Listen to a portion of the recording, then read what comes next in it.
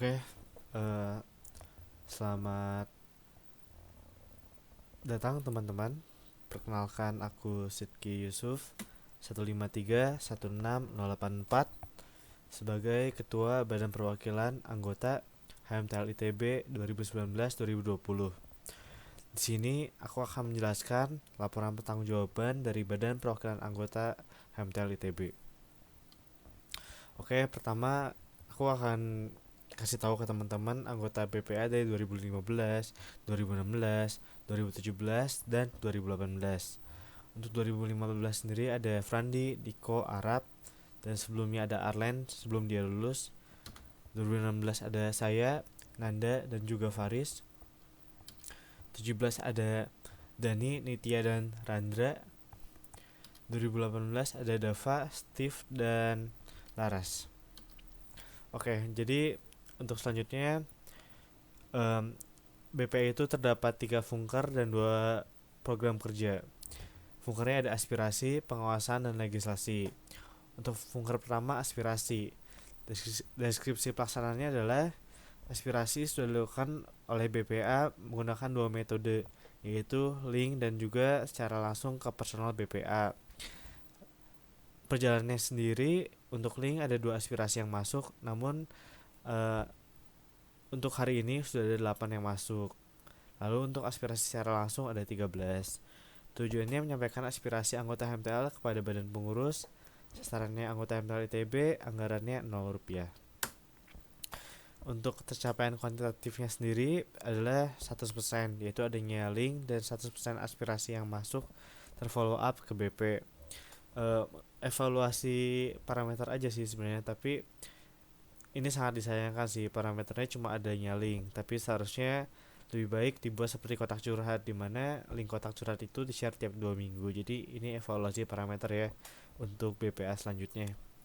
Yang kedua ada ketercapaian kualitatif. Aspirasi yang masuk sudah tersampaikan ke BP setelah melalui pertimbangan BPA. Oke, jadi setiap aspirasi yang kami terima tuh dipertimbangkan dulu oleh BPA baru sampaikan ke BP. Cuma ya tadi balik yang ke tadi, link aspirasi yang dibuat tuh menurutku pribadi masih banyak yang belum tahu, dan juga masih banyak yang belum memanfaatkannya karena dari BPA sendiri nge-share-nya juga masih jarang. Oke, evaluasinya satu, yang dibuat dirasa kurang efektif, yang tadi udah dijelasin panjang dan lebar. Dua, masa kurang tahu mengenai keberlanjutan dari aspirasinya. Oke, ini jadi masa beraspirasi nih, cuma mereka nggak tahu nih apakah aspirasi mereka udah disampaikan ke BP atau belum. Ketiga, masa kurang terpantik untuk aspirasi. Solusinya yang pertama, kita udah coba follow up link tersebut untuk di share kembali, tapi masih aja skip gitu. Mungkin karena kurang ada tuntutan dari funker ini untuk nge-share link tiap 2 minggu sekali atau berapa kali sehari, jadi kita skip gitu. Nomor 2, adanya open data untuk melihat aspirasi dan tindak lanjutnya pada bit.ly open data BPA 1920. Oke, jadi untuk aspirasi teman-teman apakah sudah di follow up atau belum itu bisa dilihat di sana. Ketiga, anggota BPA mengupload terlebih dahulu. Oke, jadi untuk mencari aspirasi kadang anggota BPA juga mengupload masanya terlebih dahulu. Oke. Saran untuk kedepannya: satu, follow up link diberikan rentang. Dua, BPA lebih proaktif. Tiga, ini sabi banget sih untuk dilaksanakannya kopsor. Dan keempat, jangan lupa pakai grup angkatan juga untuk share-share kan. Kalau di grup HMTL ada SOP-nya kayak gitu kan. Sementara kalau grup angkatan sebebas itu, jadi manfaatkanlah grup angkatan. Oke, selanjutnya legislasi. Pelaksanaannya dibuat produk hukum sesuai dengan kebutuhan produk hukum di HMTL ITB. Tujuannya sendiri: satu, membuat RGBHP dan RGBHK. Dua, membuat aturan umum pemilu HMTL ITB. Tiga, membuat SK BPA sesuai kebutuhan. Sasarannya sendiri anggota HMTL ITB, anggarannya 0.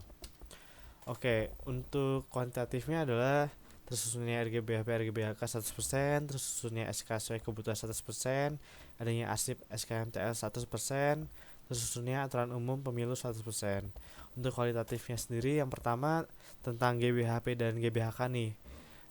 Kami evaluasi dari BPA adalah merasa bahwa kan kita ada 2 inputan kan, inputan ideal dan inputan existing. Nah, kondisi aktual ini kita pakai inputan massa itu sih. Cuma jawaban dari inputan massa ini masih tidak seperti yang kita harapkan gitu, dimana inputan-inputan dari massa ini banyaknya terkait metode, padahal untuk GBHP dan GBHK lebih luas daripada metode itu sih. Jadi kurang apa ya, em, kurang inputannya ya kurang maksimal aja sih dirasa.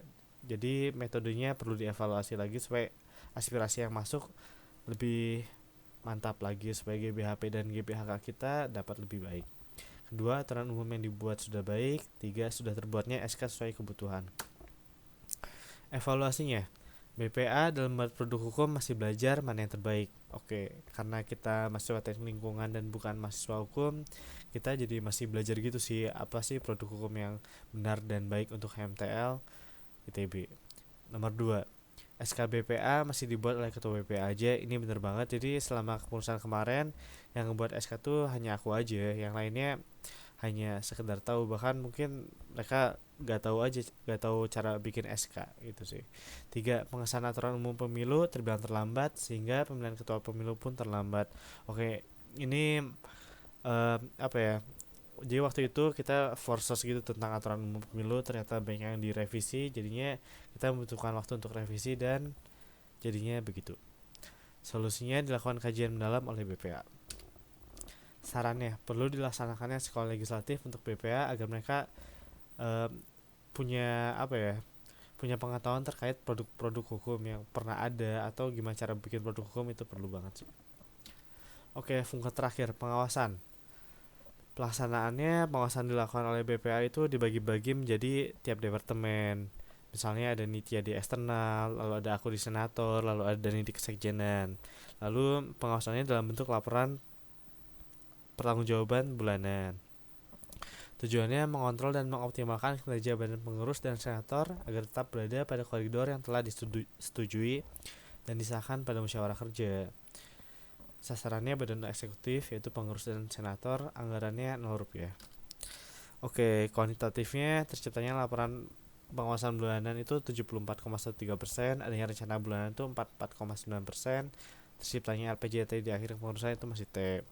Jadi untuk LPJ bulanan tuh sebenarnya orang-orang udah pada bikin ya, cuma mungkin ada departemen yang masih masih belum komplit kayak gitu. Nah, terus untuk rencana bulanan sendiri ini sebenarnya apa ya, di awal-awal kita semangat bikin gitu rembulnya di Excel yang sesuai dengan ketentuan kita, tapi pada eh, a- tengah dan akhir kepengurusan tuh kita kita tidak apa ya, tidak menggunakan Excel tersebut, tapi kita udah di luar kepala aja, oh kita hafal nih si si departemen ini mau ngapain aja bulan itu, cuma ya nggak ditulisin, makanya si rembul ini jauh banget gitu sih apa parameternya. Dan sebenarnya tujuan dari rembul ini kita tahu gitu, si si departemen ini mau ngelaksanain proker tuh, untuk mencapai proker tersebut tuh ada tahap-tahapnya kan. Nah, kita ingin tahu sampai tahap-tahapnya itu supaya kita bisa mengontrolnya. Cuma realisasinya ternyata rembul ini masih apa ya, kurang dilaksanakan dengan baik gitu sih. Terus ketercapaian kualitatifnya, pengawasan yang dilakukan masih tidak optimal. Ini bener banget sih, dilihat dari LPJ bulanan dan rembulnya gitu. Evaluasi, BPA 18 belum diberdayakan untuk mengawas secara aktif maupun pasif.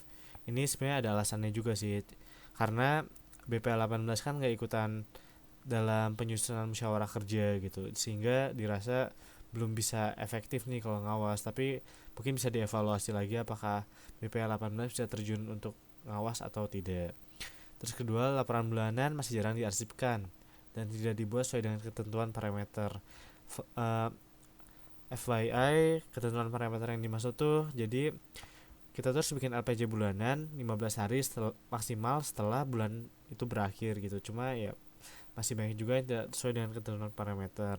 3, rencana bulanan masih banyak yang tidak didokumentasikan karena sudah tahu apa yang akan dilakukan tiap departemen. Ini yang tadi sudah saya bahas.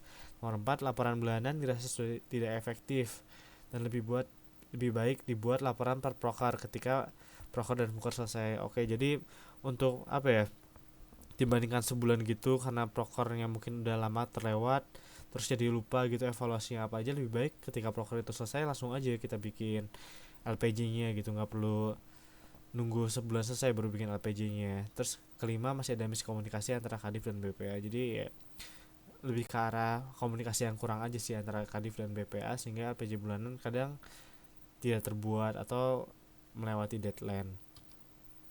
Solusinya, sebenarnya ini tiap kumpul BPA udah diingatkan kembali kepada BPA masing-masing untuk membuat laporan bulanan. Sarannya, untuk menstandardisasi kemampuan BPA dalam pengawasan sebaiknya dilakukan sekolah legislatif fase 1 dan fase 2 nih untuk anggota BPA baru, yaitu angkatan termuda. Terus laporan pengawasan dapat dilakukan setiap sudah selesai proker atau funker. Oke, untuk program kerja 1, pemilu. Pemilu udah dilaksanakan oleh Panpel berdasarkan aturan umum yang dibuat, tata cara yang dibuat oleh Panpel, dan telah terpilih Kahim dan Senator. Tujuannya membentuk panitia pelaksana pemilu MTL, 2 menyelenggarakan pemilu MTL ITB. Anggaran rencananya 200.000, realitanya 800.000. Kuantitatifnya udah terbentuk Panpel, lalu udah terpilihnya ketua umum dan senator MTL ITB. Kualitatifnya Panpel telah terbentuk dan pemilu telah terselenggara walaupun banyak hambatan di timeline. Evaluasinya, pemilihan ketua pemilu terlambat karena menggunakan sistem oprek untuk seluruh angkatan yang baru dilaksanakan tahun ini. Jadi FYI lagi, pada pemilu-pemilu sebelumnya tuh ketua pemilu tuh dipilih berdasarkan angkatan yang biasanya maju. Misalnya kalau sekarang yang ngahim tuh 2017, maka ketua Panpel tuh biasanya dipilih melalui Forang 2017. Kayak tahun lalu tuh melalui Forang 2016 dan 2 tahun yang lalu melalui Forang 2015. Tapi untuk tahun ini kita buka untuk seluruh masa gitu kesempatannya. 2. Timeline banyak yang terganggu. Oke, ini berhubungan dengan rapat anggota pengesahan GBHP dan GBHK sehingga timeline pemilu pun terganggu sekitar 3 mingguan. Jadi sebenarnya seharusnya pengambilan berkas tuh bisa dilakukan ketika pertengahan bulan November, sehingga pengembalian berkas bisa di akhir November dan minggu pertama kuliah tuh itu bisa langsung hearing. Ketiga, ketua BPA tidak sempat memilih karena terjebak macet, dalam kurung sosokan memilih hari terakhir. Jadi ini evaluasi besar sih bagi aku sebagai ketua BPA yang tidak menunjukkan sebagai contoh yang baik aja, tidak gagal menjadi role model dalam pemilu ini karena aku nggak sempat milih untuk Kahim itu sih.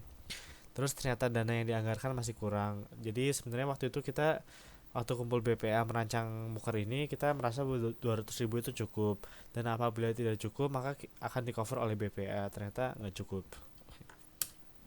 Solusinya, setelah oprek dilakukan, calon hanya diwawancara oleh BPA dan tidak memaparkannya ke massa, sehingga pemilihan ketua dilaksanakan oleh BPA langsung untuk mengejar timeline. 2. Pengajakan massa lebih intens lagi untuk memaksakan GBHP dan GBHK ketika rapat anggota. 3. Memastikan orang-orang di angkatan 16 yang belum milih untuk milih pada hari itu dengan cara menelepon orang-orang tersebut. 4. Uang yang kurang di cover oleh BPA. Sarannya dibuat timeline yang jelas kapan ketua kapan terpilih, kapan GBHP atau GBHK harus disahkan sehingga timeline pemilu tidak terganggu. Terus ini perlu banget sih penyadaran massa akan pentingnya pengesahan GBHP atau GBHK untuk kepentingan pemilu dan HMTL ke depannya.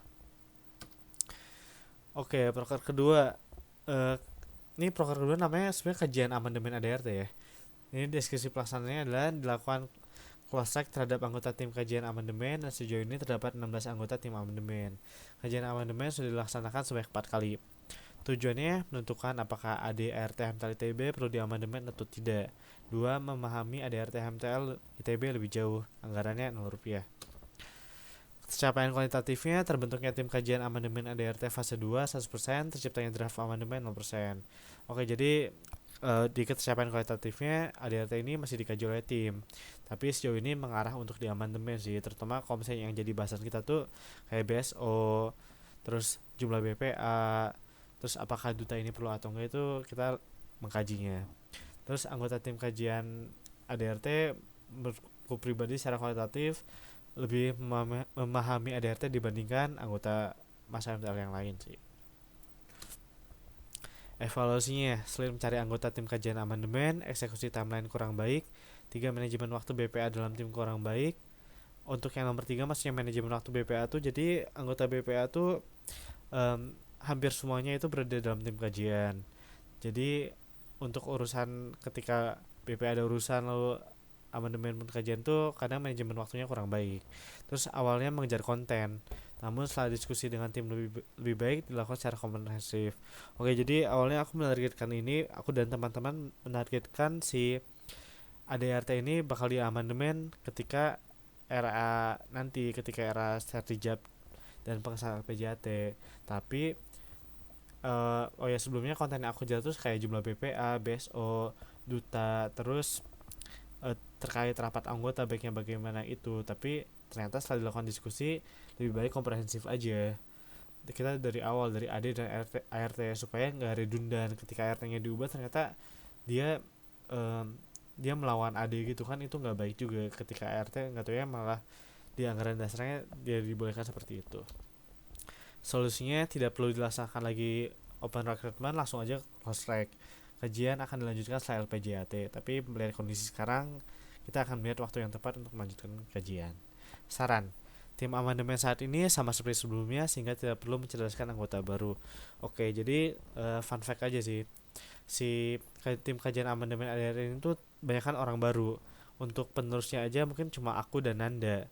Maka dari itu saran untuk kedepannya lebih baik untuk banyak mempertahankan si anggota-anggota yang sudah berada di tim kajian ini sehingga tidak perlu lagi pencerdasan.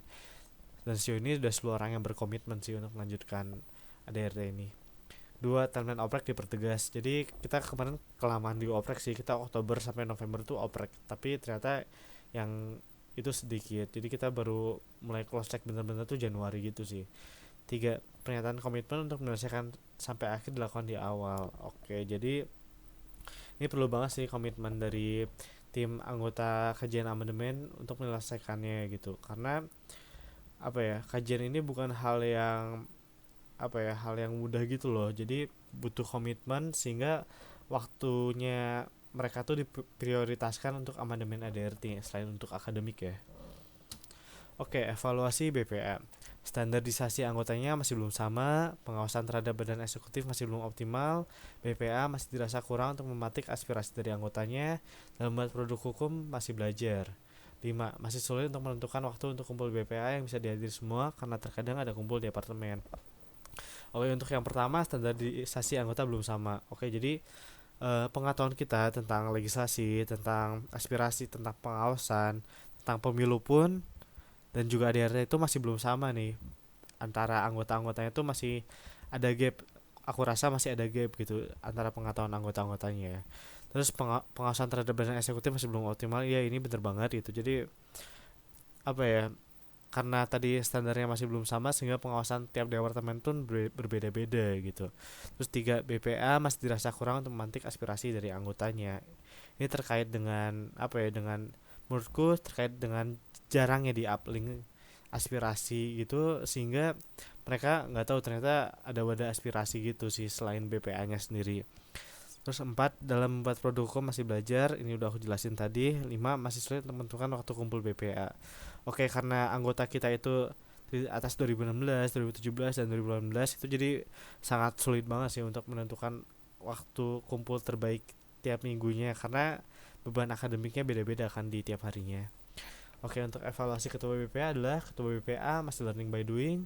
2, ketua BPA nggak memilih ketika pemilu. Oke, jelasin dulu yang pertama ya, learning by doing. Jadi fun fact juga bahwa 9 anggota BPA yang lantik waktu itu tuh semuanya masih fresh semua, masih baru semua sehingga bukan hanya aku aja yang learning by doing tapi seluruh anggota BPA pun masih learning by doing. Ketua BPA nggak memilih ketika pemilu, itu udah aku jelasin lagi. Approaching ke anggotanya masih bisa ditingkatkan. Approaching ini lebih ke arah kedekatan ketua BPA dengan anggota-anggotanya sih. Terus untuk nge-keep dia agar tetap di BPA itu menurutku aku masih bisa ditingkatkan lagi. Terus follow up terkait proker atau funker kepada anggotanya masih kurang. Jadi menurut aku pribadi follow up terkait misalnya LPJ bulanan, terkait aspirasi kayak itu ke tiap anggotanya masih kurang gitu sih. Karena buktinya aja LPJ bulanan masih segitu aja misalnya parameternya, jadi seharusnya bisa ditingkatkan lagi aja sih. 5, ketua BPA masih kurang tegas. Iya sih, ini terkait dengan si pengawasan ini sih menurut aku masih kurang tegas gitu, bahkan mungkin aku terlalu baik. Terus masih suka one man show, dibuktikan dengan SK cuma aku yang buat. Oke, ini ketercapaian BPA ada 81,9%. Oke, itu aja dari aku, Sidki. Kalau ada pertanyaan bisa melalui chat ataupun melalui link. Oke, terima kasih.